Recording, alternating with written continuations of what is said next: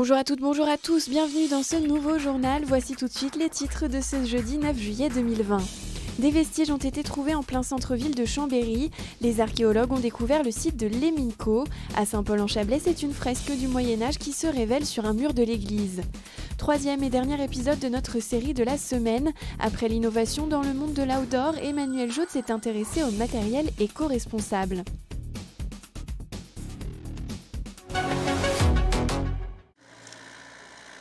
Drôle de chantier avenue du Docteur Desfrançois à Chambéry. Sur 1400 m², ce sont d'importants vestiges romains qui ont été découverts. Il s'agit de l'Eminco, étape routière qui reliait Vienne à Aoste.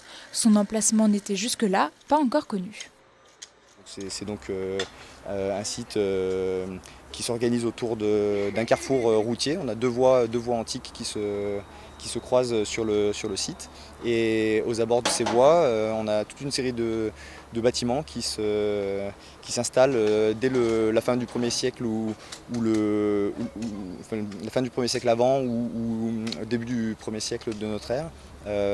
Et qui va ce site va se développer jusqu'au tout début du 5e siècle, entraînant une accumulation sédimentaire importante. On a donc retrouvé de nombreux niveaux d'occupation qui correspondent à cette occupation antique. Ce sont les archéologues de l'entreprise Archéodonum qui savent faire. Leur métier, fouiller les sols avant la construction d'immeubles et faire des prélèvements pour recueillir le plus d'informations possible sur ces vestiges. Première étape, c'est de décaper. Donc c'est d'enlever tout ce qui est tous les niveaux contemporains. Donc ici, il y a un endroit où il y avait un garage, un ancien garage, donc on avait des dalles en béton. Il y a des endroits où il y avait des murs modernes qu'on a dû enlever. Il y a un endroit où c'était un petit peu une décharge, donc il faut tout enlever la terre végétale. Et on descend jusqu'à l'apparition des premiers vestiges. Donc ici il y avait quelques vestiges médiévaux, mais qui en a très peu. Donc on est assez rapidement arrivé sur les niveaux antiques et le niveau de voie notamment, qui a été le premier indice. Parce qu'on a vraiment une image un peu complète d'un îlot urbanisé antique. Donc c'est pas très fréquent en archéologie préventive d'avoir cette chance-là, d'avoir quelque chose d'assez complet, une image un peu complète. Après 10 semaines de travail, les fouilles se termineront dans quelques jours. Il faudra encore attendre 2 ans pour que les analyses révèlent tous les secrets du lieu. Une première exposition aura lieu pour les Chambériens lors des Journées du patrimoine en septembre. C'est une découverte surprenante. Alors qu'elle restaurait la fresque située à l'extérieur de l'église de Saint-Paul-en-Chablais, Sabine Abraer a dû se réfugier à l'intérieur de l'édifice un jour de pluie. Elle remarque alors de petites imperfections sur le mur de la niche, juste de l'autre côté de la fresque extérieure. En grattant, elle tombe sur une œuvre du Moyen-Âge. Tout de suite, j'ai su que j'étais sur une fresque, une vraie fresque, comme on les faisait en Italie à ce moment-là. Il faut savoir qu'en France, on faisait tout autre chose.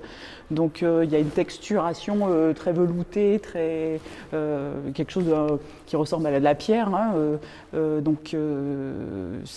Ça dit déjà des choses sur l'atelier qui est venu faire cette peinture. Et puis tout un travail, elle est très très ouvragée. Il y a tout un travail de texturation. Alors ça a disparu, mais vous voyez tout ce qui est noir là dans les couronnes et dans la robe de la Vierge. Il faut imaginer qu'à l'époque, c'était une métallisation. Donc la robe de la Vierge était entièrement dorée. Au scalpel, la restauratrice a fait apparaître, après des heures de travail minutieux, la fresque cachée révélant bien des secrets de l'histoire. Elle est datable au moins de la fin du XIVe, sinon du début du XVe siècle. Et on a 4-5 couches tout au plus de peinture qui la recouvrent. Et tout de suite, je suis tombée sur cette fresque dans cet état magnifique de fraîcheur. C'est une peinture de cette qualité-là, on en a très très peu. Il faut parler d'abondance comme équivalent sur la même période, mais voilà, donc ça a la place, je dirais, dans la hiérarchie des très très belles œuvres qu'on possède en Haute-Savoie. Et donc pour ça, c'est une découverte formidable. L'œuvre a suscité l'intérêt de Dominique Rigaud, professeur honoraire d'histoire du Moyen-Âge à l'université Grenoble-Alpes. On a la typologie d'un en-feu, en tout cas encore plus de l'autre côté, c'est-à-dire une lunette peinte et le tombeau en dessous. Mais alors quand on a, comme c'est le cas ici, les deux côtés peints, on peut penser à 2 chapelles funéraires privées avec chaque fois le tombeau de la famille en question. Dans ce que nous avons comme élément, moi je n'ai pas creusé du tout l'histoire de Saint-Paul, donc je ne peux pas du tout aller plus loin. Et puis il faudrait des fouilles là, à ce niveau-là. C'est pas juste ce pan de mur qui peut nous permettre de répondre. Les tombeaux, probablement situés ici, pourraient donc appartenir aux Deblonais, famille emblématique de l'histoire du Chablais. Faire vivre le patrimoine de Saint-Paul et de son église, c'est justement la volonté du maire. Nous avons la chance à Saint-Paul, concernant cette église, d'avoir des illustrations qui sont très anciennes. Et puis cette église a vécu des périodes un peu sombres, avec un incendie en 1906, et puis la célèbre reconstruction du clocher en 2012. Des visites sont organisées pour découvrir ce clocher à bulbe. Tout autour du bâtiment, un parcours installé récemment incite les curieux à en savoir davantage sur l'histoire du village et de son patrimoine. Une façon de faire vivre cet héritage historique. L'édition 2020 d'Annecy Paysages a été officiellement lancée en fin de semaine dernière.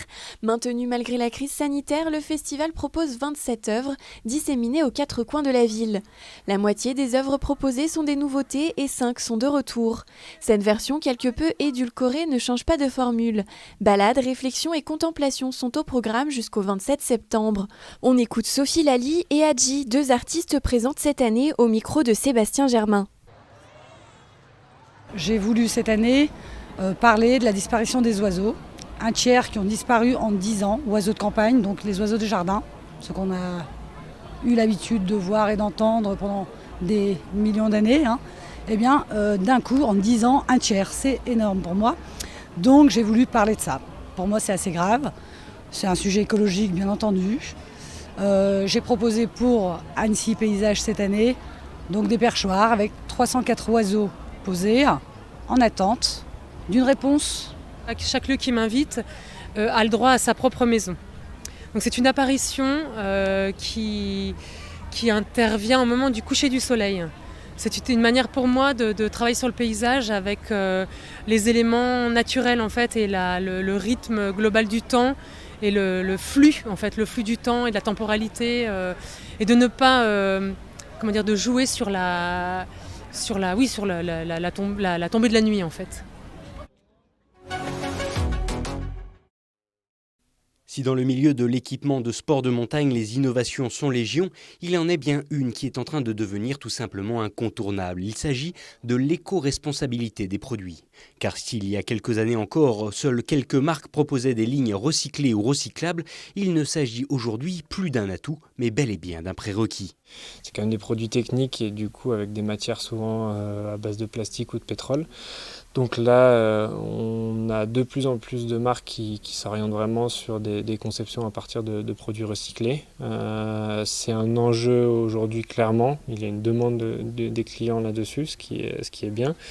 Et du coup, c'est vrai qu'en tant que marque pointue ou haut de gamme, on se doit de pouvoir fournir des produits avec des impacts réduits au niveau des productions ou au niveau de leur ensemble de cycle de vie. Mais si réfléchir sur son impact environnemental paraît aujourd'hui logique, de nombreuses marques n'ont jusqu'à présent pas capitalisé sur ce point, en tout cas pas jusqu'à présent.